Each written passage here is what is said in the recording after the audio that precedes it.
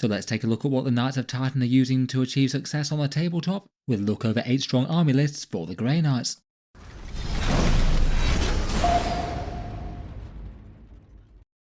Hello and welcome back to Auspex Tactics, where today we're talking Grey Knights, and in this video let's take a look at how people are interpreting the new codex and the armies that seem to have had the most success so far on the tabletop.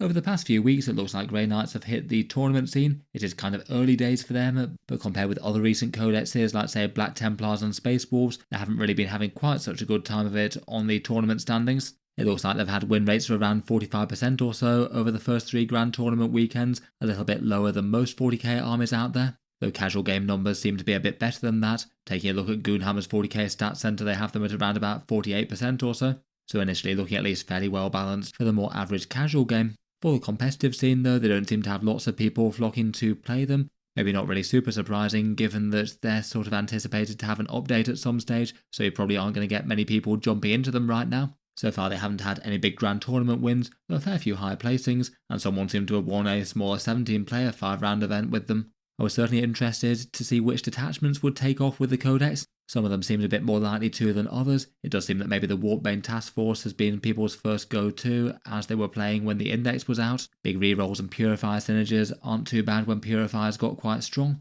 This one seems to have had the highest win rate so far. The next most popular are the Banishers. This one's the second most played at Grand Tournaments. It has the melee damage boost, an advance and charge stratagem, and the new style Mists of Deimos. Unfortunately though, the win rates and initial performance for that do look kind of bad. Despite having some fun rules, I do feel like the rest of the detachment maybe doesn't offer too much of strength. Finally, the sort of takeover from teleport style detachment in Brotherhood Strike is doing okay. That one's got fewer players but 2 of the more notable tournament placings so far, and slightly better win rates than the Banishers initially at least. In any case, for this one I thought we'd just take a look at what some real players are having some alright success with a quick rundown of lists for those 3 detachments that have done well, a few of the slightly higher Grand Tournament placings, also maybe look at some examples from RTTs.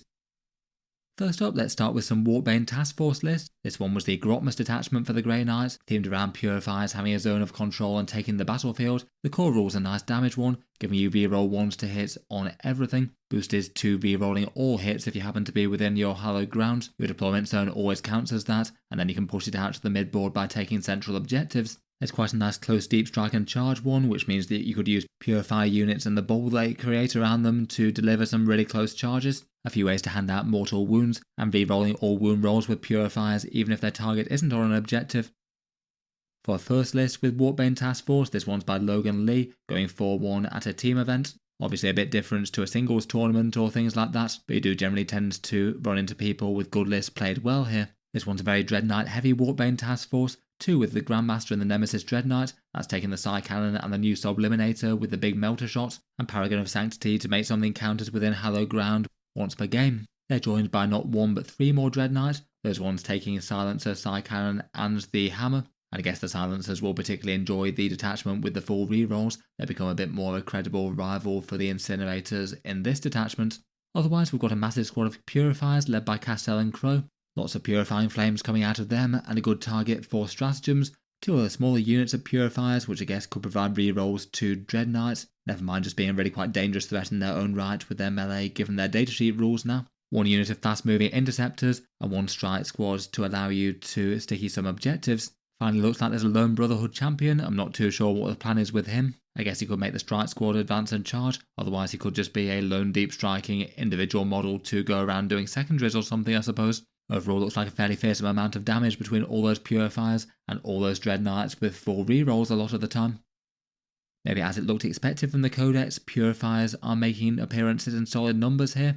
They're 125 points for 5 sturdy Grey Knight bodies with the 2+ saves. They can take more special weapons than the average ones, and people often take Psy Cannons and Warpbane as it allows you to reroll hit rolls. You could just keep them with full Nemesis Force weapons though, as they're really quite general purpose melee given that they can reroll all wound rolls against things on objectives. Beyond that they also have their Purifying Flame attack, so a whole bunch of anti-infantry 2+ hits, and for some reason Games Workshop gave them a boosted pip of AP in the new codex, so pretty powerful damage dealers and nasty against infantry of all stripes.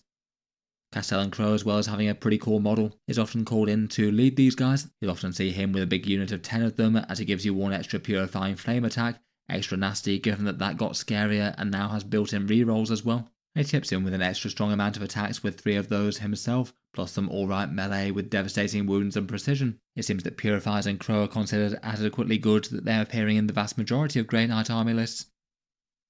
Before we move on to the other armies, I'll just give a quick shout out to today's video sponsor in Baron of Dice. They're a high quality dice maker based in the USA. They made some fancy dice for the channel and asked to sponsor some videos. Their main thing is having a whole swathe of faction specific dice. Potential Knights of Titan might enjoy their Warrior Knight dice on the top left here, but they have loads of them available and lots of designs for just about any faction that you might want to play in 40k or beyond. The dice usually come in sets of $25 for $35 or £28, shipping out of the USA, though they can ship worldwide. Most of the dice sets have the choice between squared corners or rounded ones, depending on how you like to roll. And it feels like for most factions out there in the game, there's 1 or 2 different designs, so you've got multiple different ones to choose from. If you happen to pick anything up through them, then use the code Auspex for 5% off, saving a little on any order. As mentioned, they also have the channel logo dice as well if you'd like to check them out. I did quite enjoy the look and feel of them, and the black design was particularly popular. In any case though, a big thank you to them for sponsoring this one. You can find them links down in the video description. Moving on to other Warpbane Task Force lists of the Knights of Titan though. This list by Harley Scully is one of the few 4-1 Grand Tournament results that we've had so far for them, using this one to take 3rd at the 6++ GT South. I guess for the most standout different thing here, there's a Storm Raven gunship in attendance. This one equipped with plasma cannons and multi-melters, so I guess a pretty scary firebase given that you should be able to get 4 rerolls to hit with that just about all the time, and could also be a staging point to allow some scary squads to strike out of. I'm not sure if the idea is to use Castell and Crowe and some Purifiers in there, or maybe some of the smaller Purifier units. It seems compared with the previous list, the styling is really quite similar though. The main thing is swapping out 2 Dreadknights for a Storm Raven gunship, and then beyond that it's at least fairly similar. 3 Grandmaster Nemesis Dreadknights, again with Psy Cannon, Subliminator and Hammer, really nice for all the anti-tank goodness. Castell and Crowe leading the big squad of Purifiers, 2 more small ones for both their own damage and their reroll bubbles. This one has 2 Strike Marine units and 1 squad of fast moving Interceptors once again. And then again for a lone deep strike threat it would seem, there's a Brotherhood Librarian. Again I suppose nice enough as a cheaper unit to go warping around the board doing secondaries and utility perhaps, and still has a fair bit of shooting threat. As it was prior to the codex, it still seems that the main way of cracking tanks and monsters is going to be Dreadknights. In particular, the Grandmaster Nemesis Dreadknight is still a really efficient datasheet, going up in points a tiny bit since the index, but not very much, and getting some quite nice upgrades in the process. They still all tend to be rocking the heavy Psy Cannon for some hard-hitting strength 10 and damage 3 things with Ignore's cover. It does seem that quite a lot of people are taking the Subliminator as the big melter alongside that, essentially a melter for Twin Links multi-melter. I guess in theory land you could use the close deep strike threats to get that in range if you really wanted to. Then in melee, the newer combat weapons tend to be eschewed still for the Nemesis Demon Great Hammer, as seemed likely. That's got strength 14 and damage d6 plus 1, and it gets 2 reroll hits, wounds and damage results against monsters and vehicles in melee all the time without restriction now. So really quite efficient stuff there. And one of the Grandmasters can use a discounted stratagem each turn as well. Their command point ability got really quite a lot better in the codex. As a result of perhaps being the single best anti-tank unit in the codex, they generally tend to be getting taken in multiples. The regular Nemesis Dreadknight certainly isn't too bad itself as well. This one's a tiny bit cheaper and basically sacrifices some hitting power for speed. You can advance, shoot and charge with these ones, so really quite easy to actually get line of sight or into melee with your targets, but in general you might not hit quite as hard as the Grandmaster Dreadknights when you get there, with the big rerolls built into the hammer profile. Most tend to take the heavy Incinerator to back up the heavy Psy Cannon, though as we've seen the Gatling Silencer is alright when you have 4 rerolls on the go. Finally, it seems that Harley Scully's been busy with another Warpbane Task Force list as well. This one taking 5th at the Battle of Ragnar GT, again going 4-1. Just interesting enough to see a small variation on this one. There's no Brotherhood Librarian in this and no Storm Raven gunship, instead having really quite a big squad of Interceptors with a big unit of 10 of them and an extra Nemesis Dreadknight as well. Interesting to see the variations there. Moving on to other detachments though, next up we have the Brotherhood Strike. This one's the spiritual successor to the Index detachment, and its core rule gives you a nice damage boost, rerolling 1s to hit and wound when units arrive from deep strike both at range and in melee, though in reality it's going to be far more reliable to be able to hand those out at range, as then you're not making uncertain charges. Beyond that it still has some interesting teleport tricks, a close arrival at a 6-inch deep strike, though you can't charge after. You can spend 2 CP to return a unit in engagement range to reserves, which is an unusual trick. You can get sustained hits on shooting when in deep strike, and returning to reserves after the enemy falls back.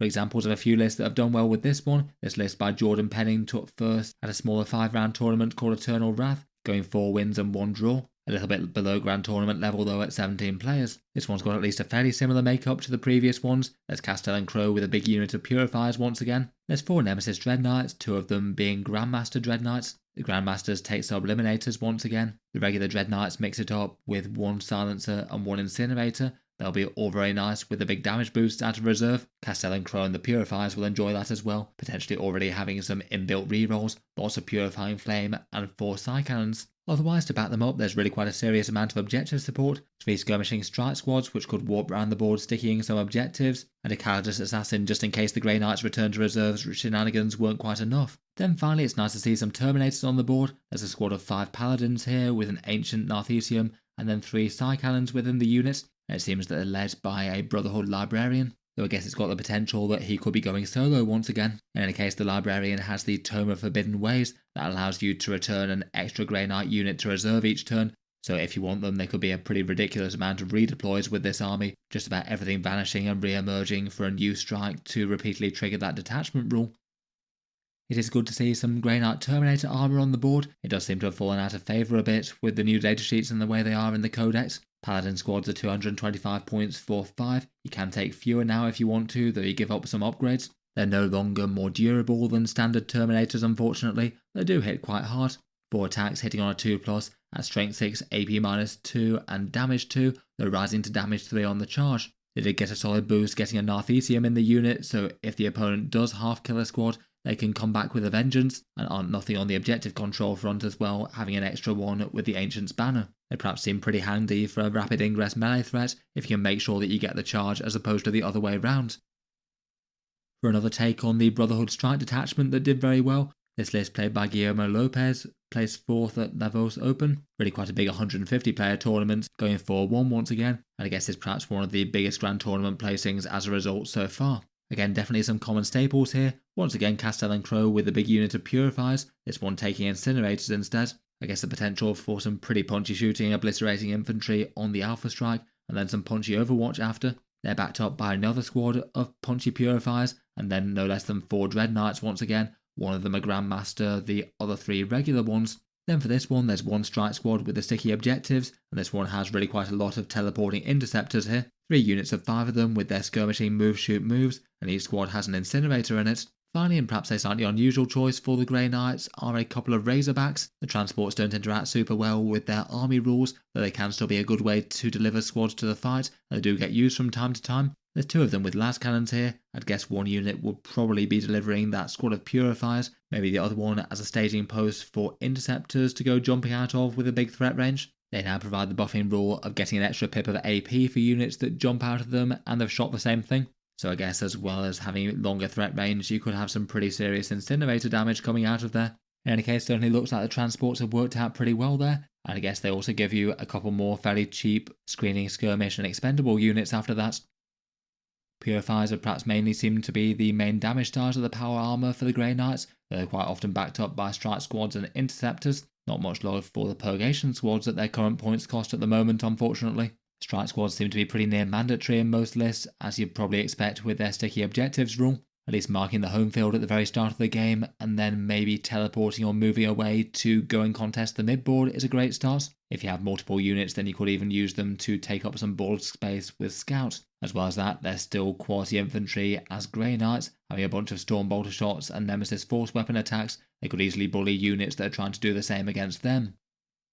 Otherwise, Interceptors are quite nice to be able to get that profile where it actually needs to be. I'd probably say they're a secondary unit to expand to after you've got at least 1 strike squad unit, but having a 12-inch move and the fly keyword means they're much more likely to get the jump on enemies rather than the other way round. You might be able to stage them behind a ruin, or I guess in a transport as we've just seen, then have them go jumping out really quite a long way to more an enemy objective grabbing or medium threat style squad with a bunch of Stormbolters, an Incinerator and some Nemesis force weapons. If they need to, they can potentially go a very long way across the board in 1 turn. You can move 12 inches and then move an additional 6 inches after they've fired, or potentially just use that for more damage, jump out, fire off a bunch of Stormbolters and Incinerators, and then retreat safe behind a ruin, maybe onto an objective. Being fast and infantry, they definitely have some good advantages when interacting with enemy infantry units pushing forward.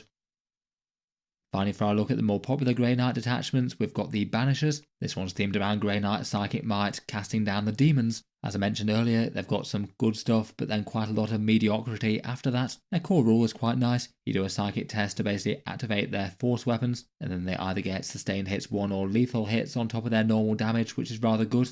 They've got a stratagem for advance and charge with infantry, which is nice to get them where they need to be. And then they basically get the new version of the Mist of Deimos, retreating back with a reactive move, or more likely returning to reserves when the enemy gets close. It means that you can preserve a unit to strike again at full effects. Some of their enhancements are rather nice as well. The 66 Seal gives you some extra AP on your unit's shooting attacks. That's nice with the Brotherhood Librarian. And Sigil of the Hunt is quite a nice, cheap and effective damage boost, allowing you to reroll hit rolls of 1 in the shooting phase. As mentioned, overall Grand Tournament performance for the Banishers doesn't seem to have been quite so good at the moment. Plenty of people trying it, but apparently not to too much success, though it does look like there have been a few people who have gone undefeated at some smaller RTT events. This list went undefeated at a 26-player event, played by a guy called Frank, who I'm not going to attempt to pronounce that second name. Given the detachment rule, it looks like people are a bit more tempted to take melee infantry, particularly Terminators, in Banishers lists. And this one goes very heavy indeed, a great big squad of 10 Paladins. In there's an ancient Narthesium and 5 Psy Cannons. It looks like they're led by a Brotherhood Librarian. He's got that 66 Seal enhancement, so I guess all of his good firepower will be boosted, plus all those Psy Cannons will be hitting at AP2 as well. Then once again we've got a squad of Purifiers led by Castellan Crowe. They've got 4 Incinerators, and I guess could be an interesting enough one for Shadows of Anarch, essentially the new style Mist of Deimos stratagem. There's 4 Dreadknights once again for anti-tank duties, a single Grandmaster one with Subliminator who's taking Sigil of the Hunt for reroll ones to hit, then some regular ones with Psy Cannon and Incinerator, and then we've got 2 strike squads to back everything up for some sticky objectives and utility work, I guess. Certainly seems like an intimidating list with some absolutely enormous damage hammers. The Dreadknights certainly put in enough work themselves, though both the Purifier and the Paladin squad look intimidating, perhaps particularly the Paladins, given that that's around about a quarter of the list just in one terrifying unit. They'd be another really powerful one to pull from reserve to stop the enemy from attacking back at them. The Brotherhood Librarian seems to be the most popular Terminator character so far. He got changed in a big way, no longer having the absolute massive blast mortal wound attack, but he got way cheaper as well. 80 points for a leader character, and he still has punchy shooting in the Vortex of Doom, d6 plus 3 shots at strength 8, AP 2 and damage 2. The other really big thing that he helps out with his unit is stopping them getting shot from long range. Haloed in Soulfire means that you can't shoot them when they're greater than 18 inches away. And that certainly seems pretty disruptive if you're trying to deal with that great big Paladin squad, unable to move too close to them or they return to reserves, but unable to shoot them from too far away either. As we saw earlier as well, it looks like some people are happy to use them just individually as well. A deep striking character with a small base that can repeatedly deep strike and still chip in with a fair amount of damage between his shooting and melee. Finally, we've got one more Banishers list, again placing highly in an RTT called Triple Cities, going 3 games undefeated in a row, and the list is by William Pagonis. This one definitely has a few similarities, though goes even heavier on the Terminators. Compared with the last one, perhaps the biggest trade-off is not having Castellan Crowe and a bunch of Purifiers, but instead swapping out for 3 small units of Brotherhood Terminators, embracing a smaller 160 point squad size it seems. Otherwise though, there is a really big Paladin unit, this time very slightly cut down to be an 8 strong one alongside that Brotherhood Librarian with the Seal. Again, looks like a great unit for the shooting and a good one to Shadows of Anarch. There's 3 Grandmaster Dreadknights once again to provide the heavy lifting against tanks and vehicles, and then a bit of support with objectives and skirmishing with some strike squads and interceptors. It's nice to see at least one person having a bit of success with some Brotherhood Terminators. Unfortunately, it really doesn't seem like too many lists are using them right now. Probably an indication that they're just not quite efficient enough for their points cost, could probably afford to either go down or get some sort of boost. It's probably not really helped out too much by the fact that they're going to be better against sort of elite infantry style targets, but not quite as good at punching up against things like monsters and vehicles as the Dreadknights are. They are cheaper than the Paladins though, still get the Narthesium for reviving models, have a lot of objective control, and get boosted AP against things that aren't monsters or vehicles. I can see why them and the Paladins will get on better with the Banishers detachment, with these stratagems to allow things like Advance and Charge, Mist of Deimos, and the core damage buff that focuses around infantry. It feels like the balance of power between Terminator armoured Grey Knights and the more power armoured variety isn't quite so right now though. The Terminators could probably do with a bit of a nudge to be more competitive damage dealers with the Dreadknights. In any case, let me know your thoughts as to the Grey Knight list. Certainly doesn't look like they've made quite as big explosive an arrival as some other codexes in 10th edition. I do wonder whether Games Workshop will wind up giving the faction some boosts in time. I'll leave this one there for now though. Feel free to check out the video sponsor Baron of Dice if you'd like to take a look at their faction-specific dice offerings. They do have really quite a lot on offer, including ones that fit the themes of the Knights of Titan themselves. A big thank you to them for sponsoring the video. That's about it for this one though. Feel free to subscribe to Auspex Tactics if you'd like to see more like this. Check out the channel's Patreon page or affiliate discount links in the video description if you'd like to help support. But otherwise, an enormous thank you for listening, and I'll hope to see you guys next time.